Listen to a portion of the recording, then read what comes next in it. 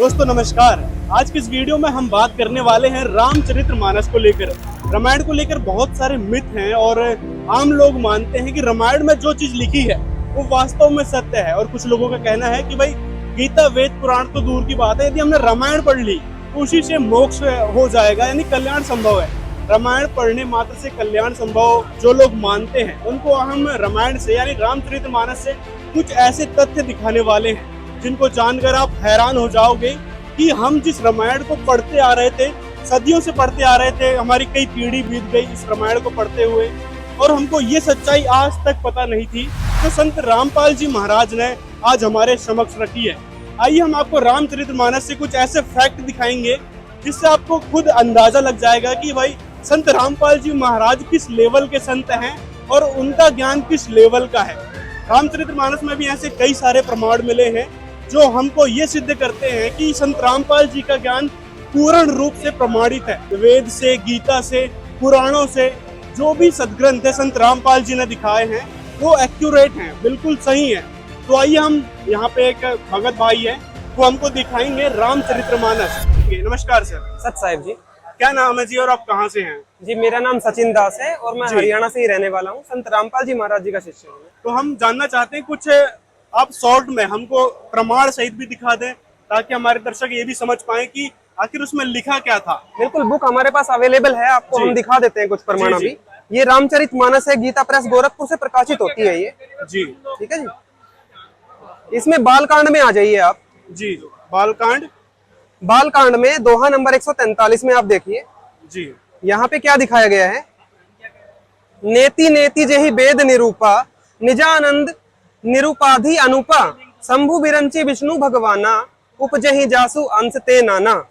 जिन्हें वेद नेति नेति यह भी नहीं कहकर निरूपण करते हैं, जो आनंद स्वरूप उपाधि रहित और अनुपम हैं, एवं जिनके अंश से अनेकों शिव ब्रह्मा और विष्णु भगवान प्रकट होते हैं।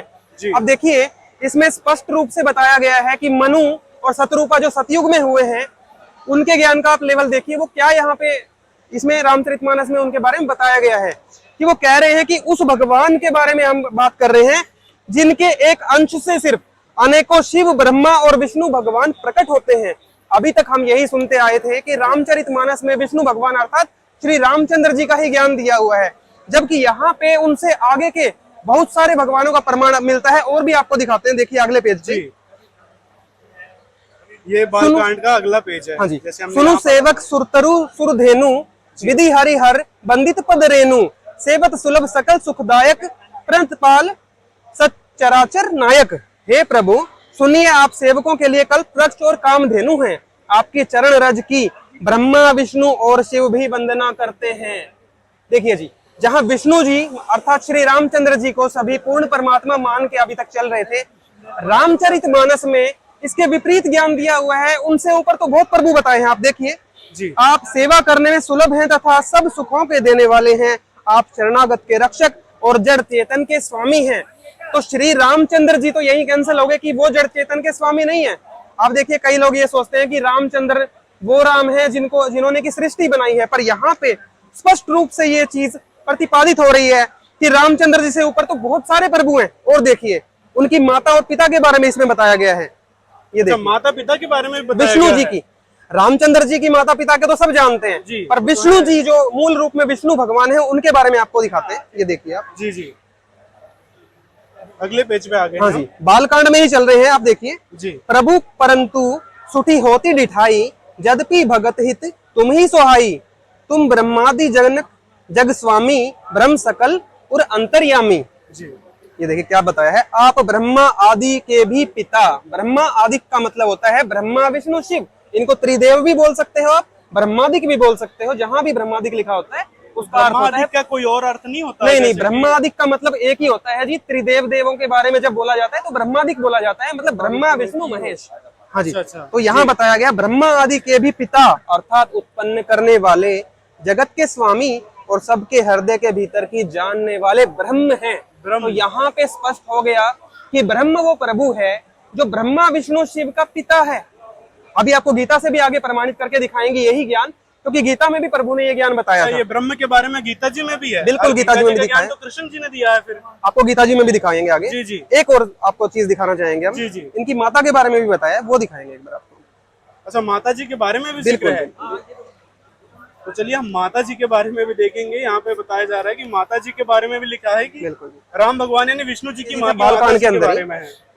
जी देखिए, पद राजीव बरनी नहीं जाही, मुनिमन मधुप बस ही जन माही, बाम भाग सोबती अनुकूला, आदि शक्ति छवि निधि जगमूला। यहाँ पे आदि शक्ति और जगमूला जो दो वर्ड यूज हुए हैं, उनको आप ध्यान से देखिए कि जिस ब्रह्म के बारे में जिक्र चल रहा है, जो ब्रह्मा विष्णु शिव के पिता हैं, उनके बारे में क्या बताया है देखिए। जी। जिनमें मुनिया के वन रूपी भंवरे बसते हैं, भगवान के उन चरण कमलों का तो वर्णन ही नहीं किया जा सकता। भगवान के बाएं भाग में, ये ब्रह्म भगवान का जिक्र चल रहा है, उनके बाएं भाग में आप देखिए हमेशा पत्नी ही विराजित होती है। उनके बाएं भाग में सदा अनुकूल रहने वाली शोभा की राशि, जगत की मूल कारण रूपा आदि शक्ति सुशोभित है। यहाँ पे श्री जानकी जी जो इन्होंने अर्थ किया है, ये अर्थ करता कि अपनी मिस्टेक है, क्योंकि अगले श्लोक में क्लियर हो जाएगा कि जानकी जी तो सीता जी का नाम है, सीता जी के बारे में बात ही नहीं हो रही यहाँ पे। तो सीता जी को कहते हैं। आगे देखिए आप। जी। जासु अंश उपजही गुण खानी, अनगिन लच्छी उमा ब्रह्मानी, भ्रकुटी बिलास जासु जग होई, राम बाम दिस सीता सोई। जिनके अंश से गुणों की खान अनगित लक्ष्मी, आप देखिए अगणित लक्ष्मी जिससे पैदा होती हैं। सीता जी तो पूरा जगत जानता है कि लक्ष्मी जी स्वयं ही आई थी, श्री रामचंद्र जी विष्णु आए थे और उनकी पत्नी लक्ष्मी जी भी सीता रूप धारण करके पृथ्वी पे आए थे। तो जिनके अंश से अनगिनत लक्ष्मी, पार्वती और ब्रह्माणी, त्रिदेवों की शक्तियां उत्पन्न होती हैं। त्रिदेव देखो यहाँ भी वही जिक्र आ रहा है कि त्रिदेव ब्रह्मा विष्णु शिव, जो उनकी पत्नियां हैं, जो उत्पन्न होती हैं उनसे। तथा जिनकी बोहें इशारों से ही, बोहों के इशारों से ही जगत की रचना हो जाती है, वही भगवान की शक्ति स्वरूपा शक्ति है। इसके बारे में दुर्गा देवी के बारे में बताया गया है। आप दोनों श्लोकों से मिला के देखोगे, जगमूला और आदि शक्ति जो है वो दुर्गा देवी के नाम है। तो दुर्गा देवी, इससे सिद्ध होता है कि इनकी माता है, ब्रह्म इनके पिता हैं, और ब्रह्मा विष्णु शिव जो है वो, उनके बारे में जो गीता में ज्ञान है वो भी आपको दिखाएंगे। जी देखिए, तो गीता देखेंगे बिल्कुल सेम। देखिए जी, जो शास्त्रों का ज्ञान होता है ना, ये गीता है, वो एक दूसरे से बिल्कुल मैच करता है। जी। परंतु संत रामपाल जी महाराज जी के अलावा जितने भी संत आज तक हुए हैं, वो खोल के बता ही नहीं पा रहे कि ब्रह्मा विष्णु महेश से ऊपर भी कोई प्रभु है। आप देखिए, गीता में भी यही ज्ञान बताया है। अच्छा, गीता देखेंगे हम। देखिए, गीता के अध्याय 14 का श्लोक 3, 4, 5 हम आपको दिखा। कहाँ से प्रकाशित है? तो ये भी कर देते हैं। देखिए, कोई डाउट नहीं है, हमारे यहाँ पे सारी पुस्तकें गीता प्रेस गोरखपुर से आ रही है। जी ठीक है जी, जय दयाल गोविंद जी इसके अनुवादक है। कोड नंबर 17 ये आती है, आप कहीं से भी ले सकते हो, ये बहुत प्रसिद्ध पुस्तक है। नहीं, वो लोग कहते हैं भाई ये संत रामपाल जी अपनी बुक छाप देते हैं। देखिए जी, आम आदमी जब इसको चेक करेगा तो वो तो नहीं कह सकता, पर जी जी ठीक है, देखते हैं। नकली गुरु है वो तो कहते ही हैं। देखिए जी, नकली गुरुओं का तो अब, क्योंकि देखिए जी, धंधा जिसका चौपट हो रहा है, क्योंकि झूठ के ऊपर जिसका धंधा चल रहा है, लोगों को नास्तिक बना रहे हैं वो गलत साधना करवा के। अब संत रामपाल जी महाराज सच्ची भक्ति बता रहे हैं, तो थोड़ी तकलीफ तो उनको होने वाली है, परंतु ये जगत के कल्याणकारक के लिए है, तो इसलिए हम इसको देखते हैं। जी। ये 14वां अध्याय है इसका, गीता जी का। आप इसके श्लोक नंबर 3 पे आ जाइए। देखिए जी, संत रामपाल जी महाराज जी ने अपने सत्संगों से स्पष्ट किया है, आप देख सकते हैं कि गीता का ज्ञान कृष्ण जी में प्रवेश करके ब्रह्म भगवान ने दिया था। लोग अब तक यही मानते हैं कि गीता जी का ज्ञान श्री कृष्ण ने बोला, परंतु आप देखेंगे कि महाभारत में बहुत सारे ऐसे प्रमाण आते हैं और गीता में भी ऐसे प्रमाण है कि कृष्ण जी गीता का ज्ञानदाता नहीं था। गीता का ज्ञानदाता ब्रह्म प्रभु है, जो उनका पिता है। ये देखिए, ये स्पष्ट करता है खुद ही। ये देखिए, पहले तो आपको ब्रह्म का एक बार स्पष्ट कर देते हैं। जी का ही ज्ञानदाता बदल दिया, सभी लोग मानते हैं कृष्ण जी हैं। एक बार आपको गीता के ज्ञानदाता का ही बता देते हैं, वो अपने आप को ब्रह्म बताते हैं। अभी आपने श्री रामचरितमानस में देखा, हाँ, वो कि ब्रह्म जो है वो दुर्गा का पति है और ब्रह्मा विष्णु शिव के पिताजी हैं। वहाँ पे लिखा गया है। ये देखिए, अब ये गीता ज्ञानदाता जो प्रभु है, अब एक बार आपको अध्याय 8 दिखाना जरूरी है इससे पहले जी, वरना लोग डाउट में आ जाएंगे कि भाई ये ब्रह्म कहाँ से ला दिया इन्होंने गीता में। बिल्कुल, ये देखिए, ये तो लाएंगे, वो डाउट आएगा उनके मन में वैसे। ये देखिए, अध्याय 8 और श्लोक नंबर 13 आपको हम अभी दिखाएंगे। अध्याय 8 श्लोक 13 हम देखने वाले हैं। ये देखिए, ओम इति एकाक्षरम ब्रह्म व्याहरन माम अनुसमरण यह प्रयाति त्यजन देहम स याति परमाम गतिम। यहाँ पे प्रभु बता रहे हैं गीता ज्ञानदाता कि ओम इस एक अक्षर रूप ब्रह्म को उच्चारण करता हुआ और उसके अर्थ स्वरूप मुझ निर्गुण ब्रह्म का चिंतन करता हुआ शरीर को त्याग कर जाता है। अर्थात ओम जाप यहाँ पे ब्रह्म का बताया गया है और गीता ज्ञानदाता कह रहा है कि मेरा यह मुझ ब्रह्म का यह एक अक्षर का ओम मंत्र है। तो आप देखिए ओम मंत्र भी ब्रह्म का है और गीता ज्ञानदाता भी ब्रह्म सिद्ध हो गया। यहाँ पे कह रहे हैं ये मेरा मंत्र है, मैं ब्रह्म हूँ। यहाँ पे इन्होंने अपने आप को ब्रह्म कहा है। और देखिए अब आपको दिखाते हैं एक और प्रमाण कि ब्रह्म जो है उसको काल भी कहा गया है, क्योंकि वो काल, बिल्कुल, क्योंकि उसको जीवों के आहार करने का, सूक्ष्म शरीर से गंध निकाल के खाने का जो उसको श्राप लगा है पूर्ण परमात्मा के द्वारा सतलोक में, उसके कारण उसको काल ब्रह्म कहा जाता है। वो भी आपको दिखा देते हैं, स्पष्ट कर देते हैं। ये देखिए, क्योंकि जब तक आप ये नहीं देखोगे तो आप उस प्रकरण को समझ ही नहीं पाओगे जहां पे वो ब्रह्मा विष्णु शिव और दुर्गा देवी को अपनी पत्नी और पुत्रों के रूप में जो प्रतिपादित कर रहे हैं गीता जी के अंदर, वो आप तभी समझ पाओगे जब आप ब्रह्म को समझ जाओगे और काल को समझ जाओगे। ये देखिए जी, गीता अध्याय 11 श्लोक 31 पहले देखिए। जब भयंकर रूप अर्जुन ने देखा प्रभु का जी, तो वो कांपने लगे और वो इतने बड़े योद्धा वहां क्या पूछ रहे हैं, मुझे बतलाइए कि आप उग्र रूप वाले कौन हैं। अर्जुन ने क्वेश्चन किया, क्योंकि अब आप देखिए कृष्ण जी तो अर्जुन जी के साले लगते थे, क्योंकि उनकी बहन सुभद्रा उनसे ब्याही गई थी। तो अपने साले से तो कोई पूछता भी नहीं है कि भाई आप कौन है। परंतु यहाँ पे जब इन्होंने अपना उग्र रूप दिखाया, जिसको विराट रूप कहा जाता है, वो दिखाने के बाद इन्होंने पूछा मुझे बताइए आप कौन हैं। तो अगले श्लोक में देखिए क्या जवाब दिया है, कालो अस्मि। जी, कालो अस्मि। कालो अस्मि का मतलब है मैं काल हूँ। ये देखिए, लोकों का नाश करने वाला बड़ा हुआ महाकाल हूँ। ये भी अर्थ में इन्होंने महाकाल कर दिया, काल कहो महाकाल कहो कोई इशू नहीं हमें। परंतु आप ये देखिए, महाकाल तो शिव जी को माना जाता है एक प्रकार से। हम देखिए जी, आप आम लोग हैं, आपके दर्शकों से और आपसे हमारा चैलेंज है, आप किसी ग्रंथ में ये दिखाइए कि शिव जी को महाकाल कहा गया है। आपको हम 10 जगह प्रमाणित करेंगे कि महाकाल और काल जो कहा गया है वो उनके पिता के बारे में कहा गया, ब्रह्म के बारे में। कि गीता जी में क्या बताया कि लोकों का नाश करने वाला बड़ा हुआ काल हूँ और इस समय इन लोगों को नष्ट करने के लिए प्रवृत्त हुआ हूँ। देखिए कृष्ण जी तो अर्जुन जी के साथ हमेशा ही रहते थे और युद्ध में भी शुरू से उपस्थित थे। उग्र रूप दिखाने के बाद वो कह रहे हैं मैं तो अभी प्रवृत्त हुआ हूँ सबको नष्ट करने के लिए। कृष्ण जी युद्ध नहीं चाहते थे, वो तो शांति दूत थे। जब युद्ध ना होता देखकर अर्जुन को भी युद्ध से हटता देखकर काल ने देखा कि भाई अब मैं कैसे मार के खाऊंगा जीवों को, तब उसने कृष्ण जी के अंदर प्रवेश करके गीता का ज्ञान देना पड़ा अर्जुन को युद्ध के लिए मनाने के लिए। अब देखिए, इन लोगों को नष्ट करने के लिए प्रवृत्त हुआ हूँ, इसलिए जो प्रतिपक्षियों की सेना में स्थित योद्धा लोग हैं वे सब तेरे बिना भी नहीं रहेंगे, अर्थात तेरे युद्ध न करने से भी इन सब का नाश हो जाएगा। मतलब काल भगवान को ये सब नाश करवाना था महाभारत वाला, तो वो कृष्ण जी के अंदर प्रवेश करके उन्होंने करवाया। अब आपको मेन चीज दिखाते हैं, ये देखिए अध्याय 14 अब आपको दिखाते हैं। और ये कॉन्सेप्ट उसी से रामचरितमानस से जुड़ा हुआ है, अब वो दिखाने वाले हैं आप।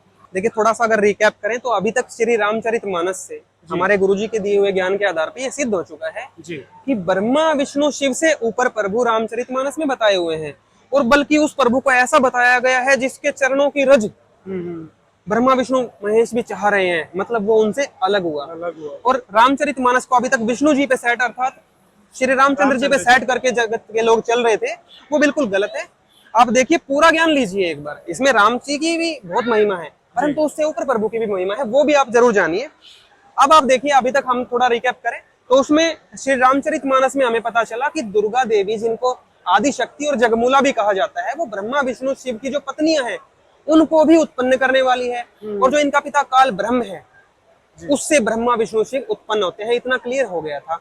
और गीता ज्ञानदाता जो प्रभु है जिसने श्री कृष्ण जी के अंदर प्रवेश किया, वो काल ब्रह्म है, इतना भी हम प्रमाणित कर चुके हैं। अब देखिए काल ब्रह्म और आगे के राज खोल रहा है। आप खुद देखिए यहाँ पे क्या बताते हैं। अध्याय 14 श्लोक नंबर 3 हम ले रहे हैं।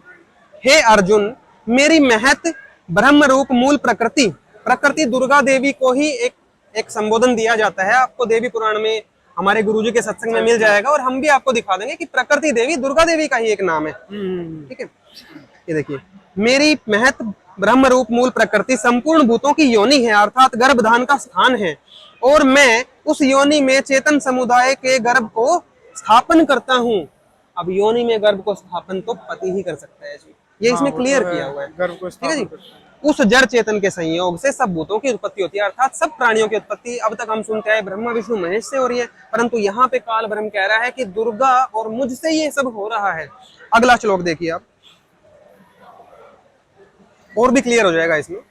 हे अर्जुन, नाना प्रकार की सब योनियों में जितनी मूर्तियां अर्थात शरीरधारी प्राणी उत्पन्न होते हैं, प्रकृति अर्थात दुर्गा देवी तो उन सब की गर्भ धारण करने वाली माता है और मैं बीज को स्थापन करने वाला पिता हूँ। अब जब ये गीता के 3 श्लोक हो जाएंगे उसके बाद आपको देवी भागवत दिखाएंगे, जिसमें अभी कोई ये ना सोचे कि दुर्गा देवी के गर्भ में जो है विष्णु जी अर्थात कृष्ण जी गर्भ को स्थापन करते हैं, ऐसा बिल्कुल नहीं है। वो तो उनकी माता जी हैं और माता और पुत्र के बारे में ये बात तो सोचना भी गलत है। यहाँ पे आपको सिद्ध हो जाएगा कि ये माता पिता इनके काल ब्रह्म और दुर्गा देवी ही है। देवी भागवत से भी आपको क्लियर होएगा ये चीज। ठीक है जी। अगला श्लोक देखिए। हे अर्जुन, सत्वगुण अर्थात विष्णु जी, रजोगुण अर्थात ब्रह्मा जी और तमोगुण अर्थात शंकर जी, ये प्रकृति अर्थात दुर्गा से उत्पन्न तीनों गुण अर्थात तीनों देवता। अभी आपको हम ये भी क्लियर करेंगे मार्कंडेय पुराण से कि तीनों गुण ही तीनों देवता होते हैं, अर्थात रजगुण ब्रह्मा, सतगुण विष्णु और तमगुण शिव जी होते हैं। इनको आप त्रिदेव भी कह सकते हैं, इनको आप त्रिगुण भी कह सकते हैं। तो यहाँ पे त्रिगुण कह के संबोधन किया हुआ है। देखिए, हे अर्जुन, सत्वगुण, रजगुण और तमगुण ये प्रकृति से उत्पन्न तीनों गुण अर्थात ब्रह्मा विष्णु शिव ये दुर्गा से उत्पन्न तीनों देवता अविनाशी जीवात्मा को शरीर में बांधते हैं। अगर हम इनसे मोक्ष की आशा भी लगाते हैं ब्रह्मा विष्णु शिव से भी, तो यहाँ पे वो भी कॉन्सेप्ट बिल्कुल कैंसिल कर दिया कि ब्रह्मा विष्णु शिव का कार्य तो इनके माता पिता ने जीवों को शरीर में बांधने का लगाया है, मोक्ष का इनका कोई अधिकार नहीं दिया गया है। अभी आपको रामचरितमानस का कंटिन्यू करते हैं। इतना गीता से क्लियर हो गया कि रामचरितमानस का ज्ञान गीता में भी पूरा मैच कर रहा है और संत रामपाल जी महाराज जो उसकी व्याख्या कर रहे हैं वो बिल्कुल सही मैच कर रही है। और संत तो अभी तक विष्णु जी से आगे बता ही नहीं पा रहे हैं। अब आप देखिए, रामचरितमानस के कुछ और तथ्यों की पड़ताल हम करने वाले हैं यहाँ पे कि रामचरितमानस में लिखा क्या है। ये देखिए हमको तीनों गुण अर्थात अभी आपको जैसे क्लियर हो गया कि तीनों गुण तीनों देवों को ही कहते हैं, ब्रह्मा विष्णु शिव कहो या 3 गुण कहो, एक ही बात है। अब आप आइए रामचरितमानस के, ये देखिए रामचरितमानस में अरण्य कांड के अंदर हम पढ़ रहे हैं। ये देखिए पेज नंबर भी आप नोट कर सकते हैं जी। ठीक है, 624 पेज नंबर चल रहा है। अरण्य कांड। ज्ञान मान जह एक नाही, देख ब्रह्म समान सब माही, कहिए तात सो परम विरागी, तरन सम सिद्धि तीनी गुण त्यागी। ज्ञान वह है जहां मान आदि एक भी दोष नहीं है और जो सब में समान रूप से ब्रह्म को देखता है। ये ब्रह्म की महिमा चल रही है, आप देखना। हे तात, उसी को परम वैराग्यवान कहना चाहिए जो सारी सिद्धियों को और तीनों गुणों को तिनके के समान त्याग चुका है।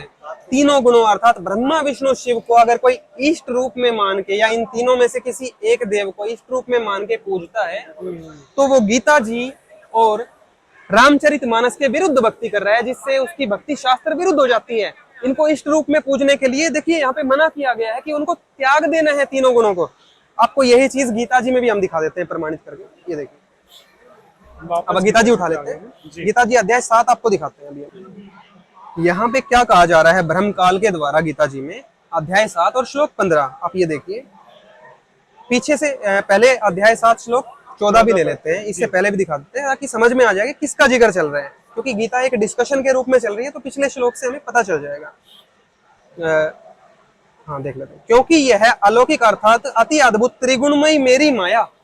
त्रिगुण का मतलब अभी आपको जो स्पष्ट किया था, बिल्कुल आप त्रिगुण कहो या ब्रह्मा विष्णु शिव कहो या त्रिगुण कहो, एक ही बात है। मेरी माया, ये जो ब्रह्मा विष्णु शिव रूपी मेरे पुत्र हैं जो मैंने इनको बना के ये माया रूपी जाल बनाया है, ये बड़ी दुस्तर है, बहुत खतरनाक है।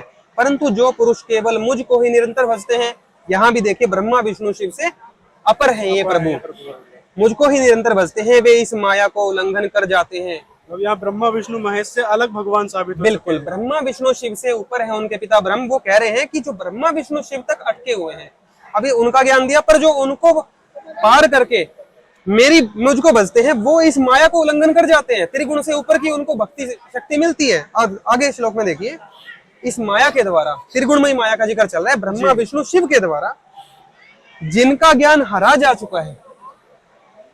अब देखिए गीता में आप कितनी संज्ञाएं दी है, किस प्रकार की 4 आप गालियां कह सकते हैं, इस प्रकार की संज्ञा गीता जी में ब्रह्मा विष्णु शिव को इष्ट रूप में जो मानकर पूज रहे हैं उनके लिए दी गई है। त्रिगुणमयी माया के द्वारा जिनका ज्ञान हरा जा चुका है, वे ऐसे असुर स्वभाव को धारण किए हुए, मनुष्यों में नीच दूषित कर्म करने वाले और मूढ़ लोग मुझको नहीं भजते। चार गाली दे रखी है। तो कितना क्लियर है गीता जी का ज्ञान और रामचरितमानस का ज्ञान कि ब्रह्मा विष्णु शिव तक जो अटक गए हैं वो ब्रह्म की पूजा नहीं कर रहे। यहां से भी दोबारा वही चीज स्पष्ट हो रही है कि ब्रह्म जो है ब्रह्मा विष्णु शिव से बिल्कुल अन्य है, इनसे ऊपर है, इनका पिता है, और वो अपनी भक्ति के लिए यहाँ पे प्रेरित कर रहा है अर्जुन को। यही बात रामचरितमानस से भी सिद्ध हो यही चुकी बात है कि रामचरितमानस ब्रह्म अलग है इन तीनों देवताओं से। इसमें देखिए, क्या बातें और लिखी हुई है? मैं अपने बारे में थोड़ा सा बताता हूँ। जैसे मैं बचपन से श्रद्धालु था, तो मैं बचपन से हनुमान जी के व्रत किया करता था मंगलवार को, और चूरमा बना के खुद भी खाता था, बंदरों को भी केले वगैरह खिला के आता था। इस तरह की भक्ति मैं बचपन से कर रहा था। परंतु जब मुझे संत रामपाल जी महाराज जी का ज्ञान प्राप्त हुआ, तब मुझे पता चला वो भक्ति मेरी शास्त्र विरुद्ध थी। और गीता जी में वैसी शास्त्र विरुद्ध हर एक भक्ति को कैंसिल किया हुआ है, निषेध बताया है। एक बार वो आपको दिखाते हैं, फिर रामचरितमानस का अगली कड़ी जुड़ेगी। देखिए, अभी आपको अध्याय 16 दिखा देते हैं एक बार हम। अध्याय 16 का श्लोक 23 और 24 ये हमारे गुरुजी लगभग हर सत्संग में आपको बताते हैं। आप देखिए कि जो पुरुष शास्त्र विधि को त्याग कर अपनी इच्छा से मनमाना आचरण करता है वह न सिद्धि को प्राप्त होता है। अर्थात गुरुजी बताते हैं कि इसके भगवान से हम कुछ कार्य सिद्धि के लिए प्रार्थना करते हैं, भगवान मेरा बच्चा पास हो जाए, हे भगवान मेरी बीमारी ठीक हो जाए। बहुत तरह के कार्य होते हैं जो हम सिद्ध करवाना चाहते हैं भगवान की कृपा से।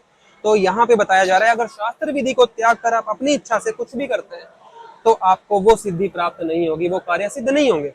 न परम गति को अर्थात मोक्ष नहीं होगा। सनातन धर्म में आप देखिए सबसे बड़ी चीज मोक्ष को माना गया है कि अगर मनुष्य जीवन पाके मोक्ष प्राप्त कर लिया तो सफल है, अन्यथा वो असफल माना गया है। और न सुख को ही, इस जीवन में रहते हुए भी हमें कई तरह के सुखों की जरूरत होती है, आध्यात्मिक, मानसिक जी। तो उस तरह के सुख भी उस भक्त को प्राप्त नहीं होते जो अपनी इच्छा से मनमाना आचरण करते हैं, या फिर ऐसे गुरुओं से नाम दीक्षा लेके या उनका ज्ञान सुनकर भक्ति करते हैं जो शास्त्रों के विरुद्ध साधना करवा रहे हैं। और आपको बताऊं कि मैं बहुत संतों के सत्संग सुनता रहता हूं, और संत रामपाल जी महाराज जी के अलावा मुझे आज भारत में कोई दूसरा संत नजर नहीं आया है अब तक जो शास्त्रों के अनुकूल साधना बता रहा हो। अगला श्लोक भी आप देखिए, अध्याय 16 और श्लोक नंबर 24। इससे तेरे लिए इस कर्तव्य अर्थात जो कर्म भक्ति में करने चाहिए और अकर्तव्य जो कर्म त्याग देने चाहिए की व्यवस्था में शास्त्र ही प्रमाण है। ऐसा जानकर तू शास्त्र विधि से नियत कर्म ही करने योग्य है। तो अर्जुन को भी प्रभु ने यही ज्ञान दिया था कि जो साधना शास्त्रों में बताई हुई है, शास्त्र आप देखिए पवित्र वेद है, पवित्र गीता है, और सहायक शास्त्रों में हमारे पास रामचरितमानस है, पुराण भी हमारे पास मौजूद है।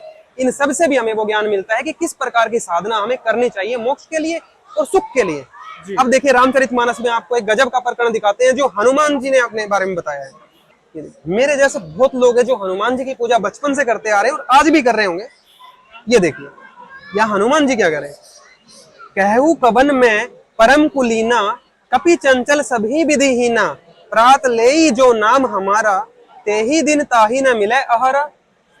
भला कहिए मैं ही कौन बड़ा कुलीन हूँ, चंचल वानर हूँ और सब प्रकार से नीच हूँ। हनुमान जी ये संज्ञा बता रहे हैं। प्रातः काल जो हम लोगों यानी बंदरों का नाम ले ले तो उस दिन उसे भोजन भी ना मिले। हम बंदरों का नाम, ये देखो हनुमान जी ने अपनी साधना को बिल्कुल कैंसिल किया हुआ है। और इन नकली धर्मगुरुओं के मान के मेरे जैसे बहुत लोग हैं जो हनुमान जी की साधना में लगे हुए हैं, मंगलवार का व्रत करते हैं। देखिए धर्म आपको फॉलो करना चाहिए, पर शास्त्रों के अनुकूल करोगे तो ही लाभ मिलेगा, और जब कोई लाभ ही नहीं मिलेगा तो क्यों उस क्रिया को आप करते हो जी। तो आप नास्तिक बनने जा रहे हो, क्योंकि उससे आपको लाभ तो होना नहीं। गीता जी में बताया हुआ तथ्य झूठा नहीं है जी। तो इसलिए समाज नास्तिक की तरफ बढ़ रहा है क्योंकि वो शास्त्रों के अनुकूल साधन नहीं कर पा रहा है। संत रामपाल जी महाराज जी एकमात्र संत हैं। आप देखिए श्री रामचरितमानस से उन्होंने इतने प्रमाण दिखा दिए कि विष्णु जी तक जो लोग अटके पड़े थे अब उनको इसमें भी, इस पवित्र शास्त्र में भी इतने गूढ़ रहस्य मिल रहे हैं उनके माता पिता को लेके, और पूर्ण परमात्मा के भी इसमें महिमा की गई है। और भगवत गीता से भी आपको दिखा दिया गया है। आपको और प्रमाण दिखाते हैं। जैसे एक प्रकरण रामायण में आया था कि जब श्री रामचंद्र जी को समुद्र के अंदर से पार करके लंका में जाना था, सीता जी की खोज हो गई थी, तो उस समय उनको जरूरत पड़ी थी पुल बनाने के लिए। तो उन्होंने आपने देखा होगा कि उन्होंने लंका पे पुल बना दिया, लंका के लिए समुद्र के ऊपर पुल बना दिया। तो कई लोग तो कहते हैं कि हनुमान जी ने ना राम राम लिख दिया था उसके ऊपर। हाँ, श्री राम लिख दिया था, श्री राम लिख दिया था, ऐसा हमने भी सुना था जी। हमारे गुरुजी ने क्लियर करके बताया कि हनुमान जी तो शुरू से ही भगत आदमी थे, वो भक्त आत्मा थे, और वो तो श्री रामचंद्र जी को मिलने से पहले भी राम राम पेड़ों पे भी लिखा करते थे पहले से। उनकी ऐसी साधना भक्ति थी उनके अंदर। आपको रामायण से वो प्रकरण दिखाते हैं, जब समुद्र के ऊपर पुल बना था तो कुछ लोग कहते थे कि हनुमान जी ने राम लिखा। नहीं जी, हनुमान जी के राम लिखने से पत्थर नहीं तैरे थे। दूसरी बात, वो कहते हैं नल नील के हाथ में करामात थी और उनके हाथ से पत्थर तैर जाते थे, इसलिए वो पुल बन गया। तो जी इस चीज का थोड़ा सा कनेक्शन बनता है, क्योंकि नल नील के जो गुरुजी थे वो उस समय कबीर परमेश्वर आए हुए थे। वो चारों युगों में जो आते हैं, तो परमात्मा मुनिंदर नाम से त्रेता युग में प्रकट थे। कबीर सागर में आपको उसकी पूरी जानकारी मिलेगी। अब क्या किया कि नल नील ने उस दिन अभिमान कर लिया, जब श्री रामचंद्र जी ने उनको बुलाया तो अपने गुरु को उन्होंने सम्मान नहीं दिया और खुद ही बिना गुरु को याद किए और पत्थर लेके चल पड़े तैराने के लिए, और पत्थर उनके हाथ से डूब रहे थे। तब समुद्र देव प्रकट हुए थे, मतलब एक विप्र का रूप बना के, और जो जल के देवता होते हैं वो प्रकट हुए और उन्होंने आके श्री रामचंद्र जी से कहा कि आपकी सेना में ये नल नील नाम के जो दो सैनिक हैं, जिनको मैंने बताया था कि इनके कहने से पत्थर तिर जाएंगे, परंतु आज इन्होंने अभिमान कर लिया तो इसलिए ये पत्थर नहीं तैर रहे हैं, इनके हाथ की शक्ति चली गई है। ठीक है, उस शक्ति का जिक्र इसमें भी आता है, वो हम आपको दिखाएंगे। और वो पुल फिर श्री रामचंद्र जी ने प्रार्थना की मुनिंदर ऋषि से, वो कबीर परमेश्वर से जो उस टाइम आए हुए थे, तब उन्होंने अपनी सोटी से और एक पहाड़ के चारों तरफ रेखा खींची और वो पत्थर हल्के हो गए थे, उनसे पुल बनाया गया था।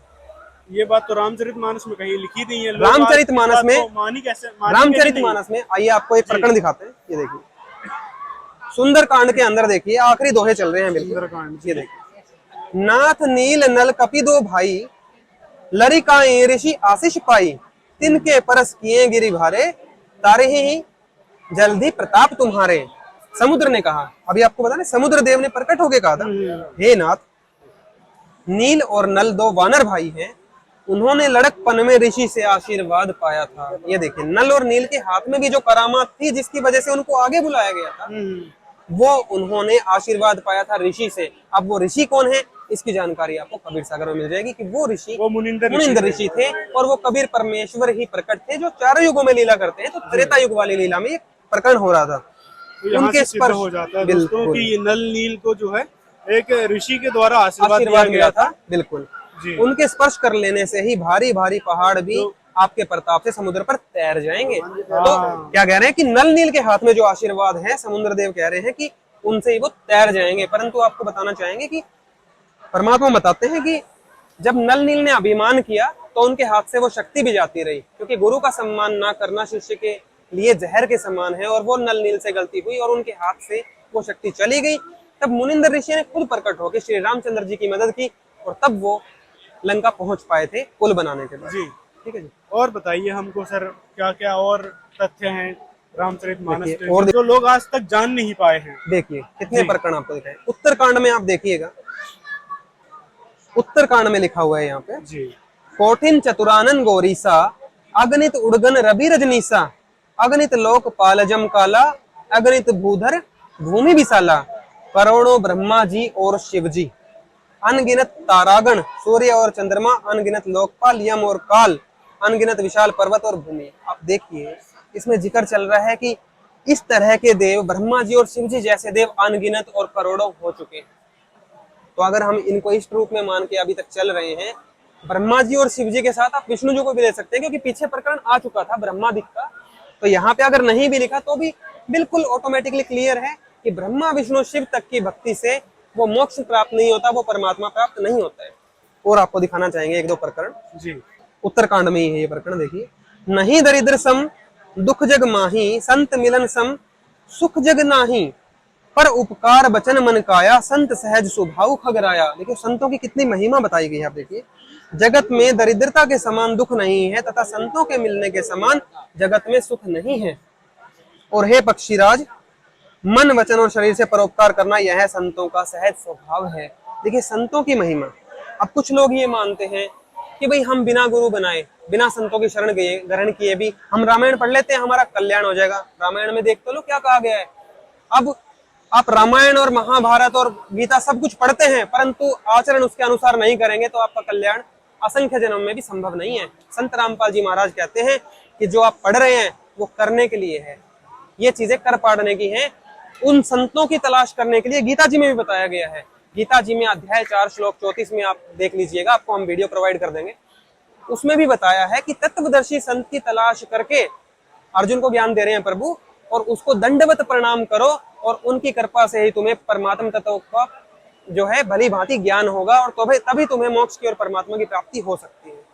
तो इस प्रकार संतों की महिमा हर एक शास्त्र में की गई है। तो जो लोग बिना गुरु बनाए साधना कर रहे हैं उनको सोचने की जरूरत है। अब देखिए, श्री रामचंद्र जी ने भी तो गुरु बनाए, वशिष्ठ जी को गुरु किया। कृष्ण जी को हम भगवान मान के पूज रहे हैं, कृष्ण जी ने भी तो दुर्वासा ऋषि जी को गुरु बनाया। तो जब राम और कृष्ण जी ने भी गुरु बनाए तो हमारी क्या औकात है कि हम बिना गुरु बनाए साधना करें। कम से कम उन महापुरुषों के आचरण को हम उस तरह से फॉलो करें जो वो हमें बता के गए हैं। या फिर मनमुखी गुरुओं की हम कुछ भी मान लेंगे, किसी को भी गुरु बना लो, कैसे भी साधना कर लो, या गुरु मत बनाओ, तुम साधना कर लो, कुछ भी मंत्र जाप कर लो और आपका मोक्ष हो जाएगा। वो जो गुरु आपको ऐसा कह रहा है वो आपके दुश्मन के समान है। संत रामपाल जी महाराज कहते हैं कि गुरु भी बनाओ और फिर गुरु की मर्यादा में रह के भक्ति करो, तो भी आपका मोक्ष और कल्याण संभव है। और हम सभी भाइयों से प्रार्थना करना चाहेंगे, आप संत रामपाल जी महाराज जी की ज्ञान गंगा बुक जरूर पढ़िए एक बार मंगवा के। उसके लिए 8193819381 यहाँ आश्रम का नंबर है, मिस कॉल आपको करना है और आपके एड्रेस हम खुद ही फोन करके नोट करेंगे। और जहां भी पूरे विश्व में आप बुक मंगवाना चाहते हैं संत रामपाल जी महाराज जी की, जीने की राह या ज्ञान गंगा, कोई भी एक पुस्तक आप बिल्कुल फ्री में प्राप्त कर सकते हैं। हम आपका पलके बिछाए इंतजार कर रहे हैं कि आप भी हमारे आश्रम में आके यहाँ पे इस ज्ञान को समझिए। देखिए, न्यूज वाले आज भाई आए हैं तो इनको इतना ज्ञान आज यहाँ प्राप्त हो रहा है, आप भी यहाँ पे आके ज्ञान भी प्राप्त कर सकते हैं। यहाँ भोजन भंडारा संत रामपाल जी महाराज कर रहे हैं, दहेज मुक्त समाज का निर्माण कर रहे हैं, नशा मुक्त समाज तैयार हो चुका है। तो इस भले काम में आप भी अपना कल्याण करवा सकते हैं और आपको भी हम सतलोक आश्रम में सादर आमंत्रित करते हैं। सत साई।